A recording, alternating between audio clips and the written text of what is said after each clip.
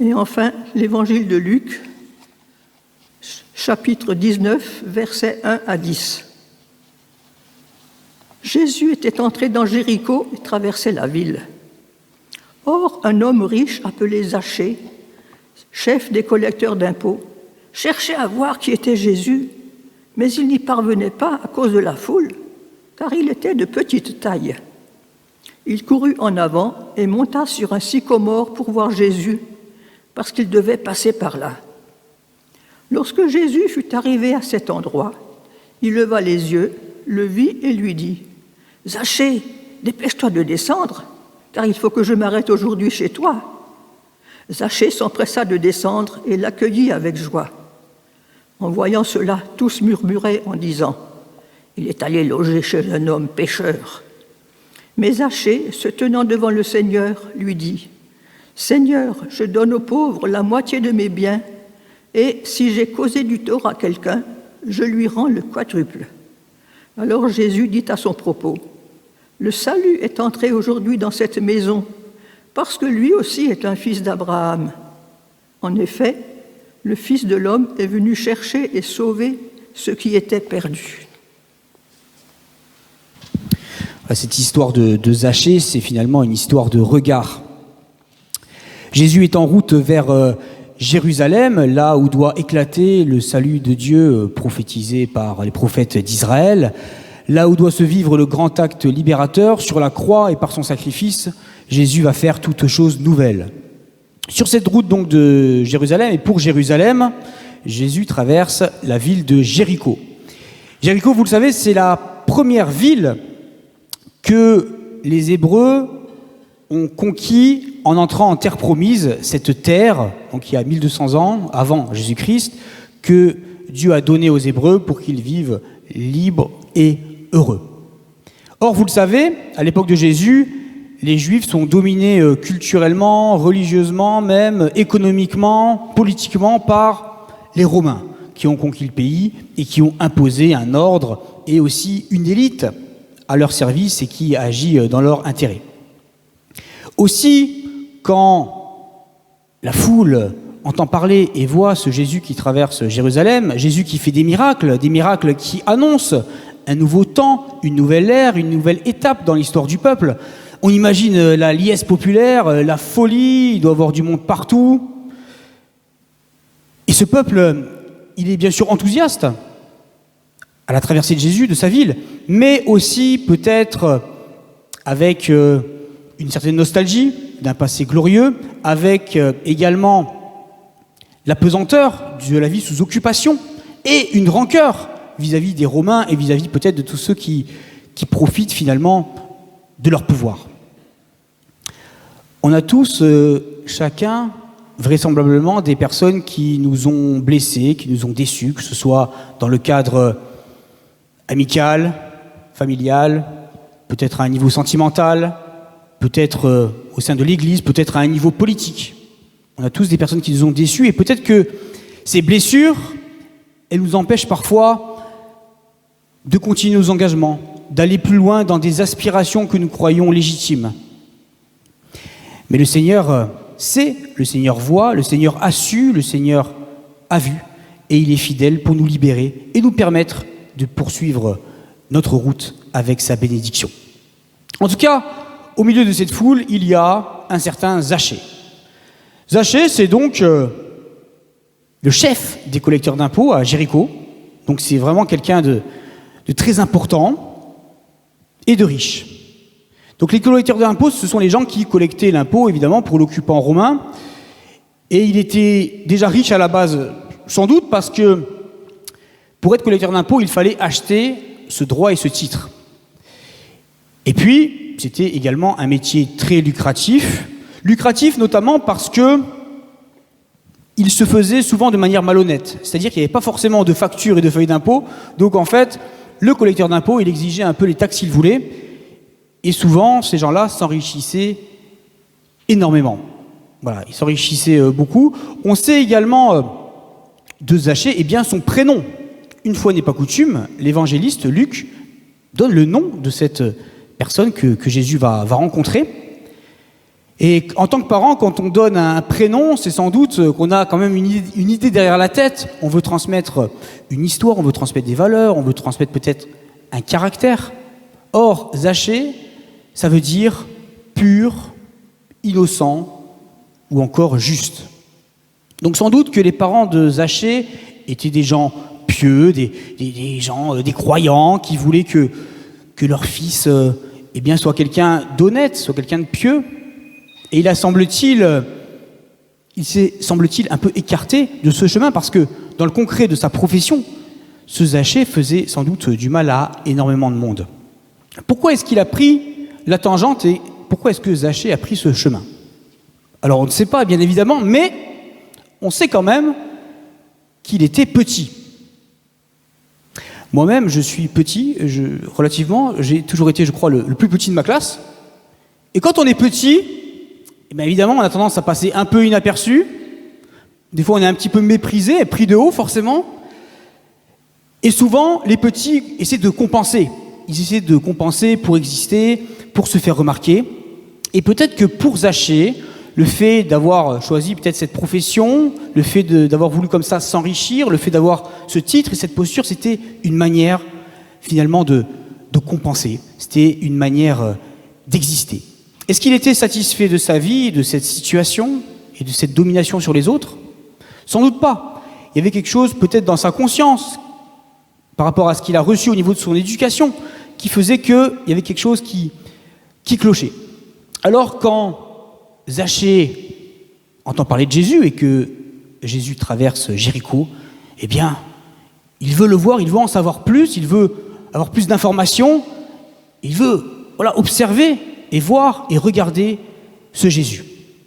Malheureusement, la foule et sa petite taille va l'empêcher, encore une fois, si on peut dire, les autres, la foule, sa petite taille, va être un obstacle finalement à cette relation avec Dieu, à cette communion avec Dieu représentée par le Christ.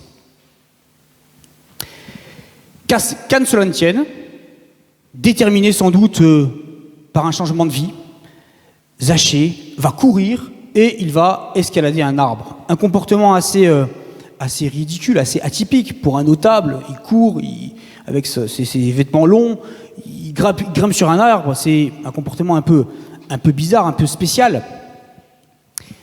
Il semble que le regard des autres soit oublié à ce moment-là.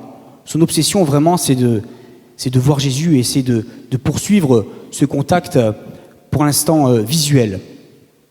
Et l'arbre qui va lui permettre de s'élever, ce qui va l'élever, c'est un sycomore. Et le sycomore, c'est l'arbre banal par excellence. Le bois du sycomore n'est pas de bonne qualité pour les constructions, à la différence par exemple d'un chêne ou d'un acacia. Et puis, les fruits du sycomore, pareil, ne sont pas consommables à l'état naturel. Donc c'est vraiment l'arbre banal, pas intéressant. Entre la manière avec laquelle Zachée va tenter d'aller voir Jésus et l'arbre lui-même, c'est l'humilité qui élève Zachée. Et Jésus, en voyant cette humilité, en voyant son enthousiasme, l'aperçoit, le voit, l'appelle par son prénom, il le connaît par son nom, et voit au-delà de sa richesse, de sa malhonnêteté, il voit quelqu'un qui a besoin d'être rencontré, quelqu'un qui a besoin d'être transformé. Et Jésus va évidemment volontiers consentir à son besoin et va lui proposer donc de passer un moment d'intimité avec lui. Que c'est beau de voir cet enthousiasme pour Jésus à une époque où tant de gens s'en désintéressent. On parle des autres, mais est-ce que nous avons cet enthousiasme, cette soif par rapport à Jésus? Est-ce que nous avons envie toujours davantage de le connaître, de le découvrir et de comprendre sa volonté? En tout cas, Jésus est interpellé par l'enthousiasme de Zachée. Et que va-t-il dire à Zachée? Il va lui demander de descendre. Descendre de l'arbre, bien sûr, mais descendre aussi de son piédestal, de ce statut qu'il s'est construit, de cette vie qu'il a construite, de cette richesse, de cette domination sur les autres. Il lui demande de descendre. Il lui demande déjà une forme de transformation. Et c'est évidemment un très beau moment que que Jésus et Zachée vont vivre, et cette rencontre, elle est magnifique, et pourtant, la foule n'est pas contente. La foule, elle râle, la foule, elle se plaint, elle ne voit pas du tout d'un bon œil cette rencontre, et pour cause. Dans cette foule, il y a des gens qui ont aussi leurs blessures, qui ont aussi cette envie peut-être de passer un moment d'intimité avec Jésus. Elle ne comprend pas, finalement, ce privilège de Zachée.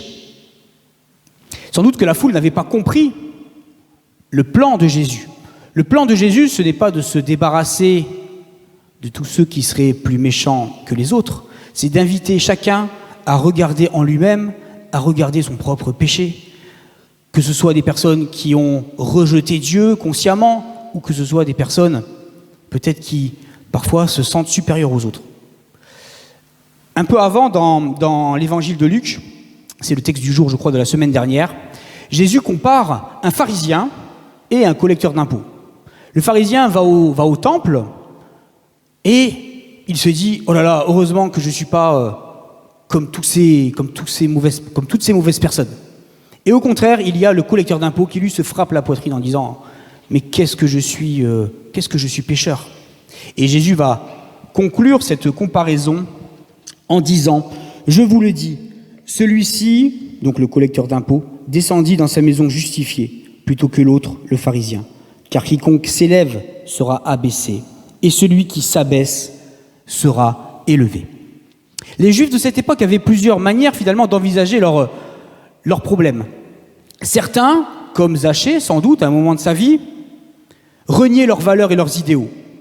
D'autres avaient tendance à partir vivre en communauté alternative dans le désert. On pense aux Esséniens, par exemple, la minorité essénienne, ce qu'on appelle les Esséniens pour faire vite.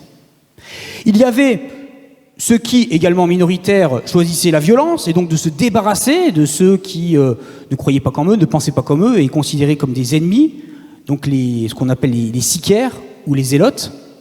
Et puis, il y avait ceux qui continuaient leur vie sociale, mais en essayant quand même de se protéger des autres, pas se laisser influencer, en attendant finalement que Dieu intervienne. Et ça, c'était l'option des pharisiens. Or, cette intervention de Dieu, ce quelque chose, ou plutôt ce quelqu'un que certains juifs attendaient pour faire toute chose nouvelle, eh bien, il est venu en la présence de Jésus. Et l'option de Jésus, c'est d'interpeller chacun, ceux qui se sont rebellés contre Dieu, vraiment consciemment, et ceux qui, peut-être, pensent qu'ils sont supérieurs aux autres et ont tendance à se couper les autres. Les bien-croyants, les bien-pensants, qui ont tendance à prendre les autres de haut et à se couper des autres. La stratégie de Jésus, c'est interpeller chacun.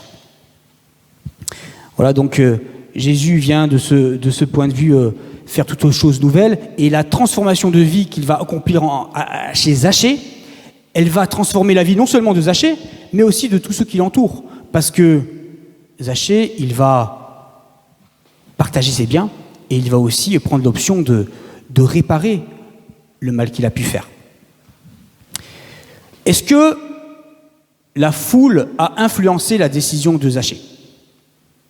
Le comportement de Zachée, en voyant Jésus, indique sans doute que le regard des autres ne compte plus.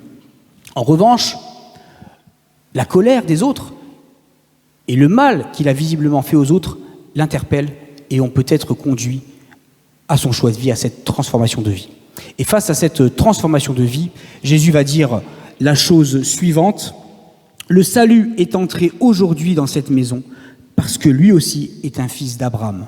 Zachée, en théorie, en tant que descendant d'Abraham, et au bénéfice de la bénédiction d'Abraham qui traverse les générations, était un descendant d'Abraham. En théorie, il était un descendant d'Abraham. Maintenant, il est un descendant d'Abraham en acte. Abraham, dans la tradition juive, c'est l'exemple de la justice et de la droiture. C'est aussi l'exemple de l'hospitalité.